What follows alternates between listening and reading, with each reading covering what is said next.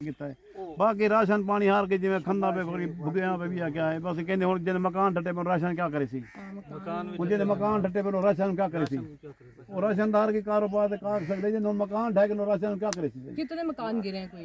ये बेन पता नहीं मैं झूठ बैठा हूं चिट्टी डाली नाल क्या पता कितने अंदाजा अंदाजा मैं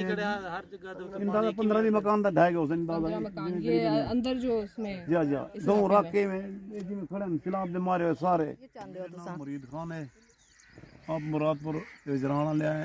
यही इलाका है दे आप फ्लड दायरा यका ये कोई था इमदादी वाला कोई मसले तमन करने वाला कोई बंदा नहीं आया तुझसे पहले दफाए करो इतने कोई कहीं नहीं आया मसले कोई शायद डेवन घिनने वाला या कोई कैंप कोई वगैरह जिवें मकान ढाए गए कहीं दे गरीबें लोगों ने जेरे पिंड से बाहरों पत्थर दे पिंड दे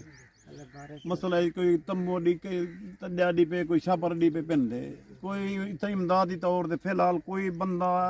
अज तुस पहली दफा आए खड़ो कोई को नहीं डिठा